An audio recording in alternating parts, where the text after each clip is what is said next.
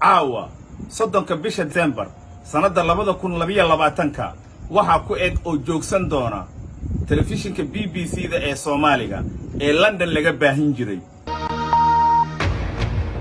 habeen wanaagsan daawadayaal kuna soo dhawaada barnaamijka Caawiya Caalamka waxaan ahay Farxaan Maxamed Jimcaale qodobada wararka ugu waaweyn waxay kaliya talaabadan ayaa qayb ka ah isbeddello ay BBC-da doonayso oo looga guurayo nidaamkii hore ee telefishinada iyo raadiyaha laguna xoojinayo warbaahinta casriga ah ee internetka ku shaqeysa sida online-ka iyo warbaahinta baraha bulshada.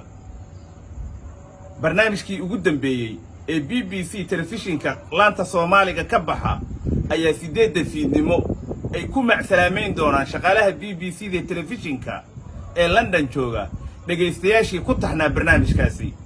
barnaamijkan oo Caawiya Caalamka la oran jiray 5 sano ka hor ayuu bilowday. barnaamijkii ugu horreeyayna waxaa baahiyay oo hawada soo geliyay Farxaan Maxamed Jimcaale oo BBC-da waagaasi ka tirsanaa. habeen wanaagsan daawadayaal kuna soo dhawaada barnaamijka Caawiya Caalamka waxaan ahay Farxaan Maxamed Jimcaale qodobada wararka ugu waaweyn waxay kaliya Theresa May ayaa ku dhawaaqday in ay iska casilayso ra'iisul wasaaraha waddankan Britain 7 bisha June ee soo socota. waxaanu eegi doonaa taariikhdeeda iyo saameynta iscasilaadu ay yeelan karto qodobada kale caawana waxa ka mid ah. amuurtan ayaa waxay qayb ka tahay caalamka oo hadda u guuraya nidaamka digitalka ama warbaahinta online-ka ee internetka loo adeegsado.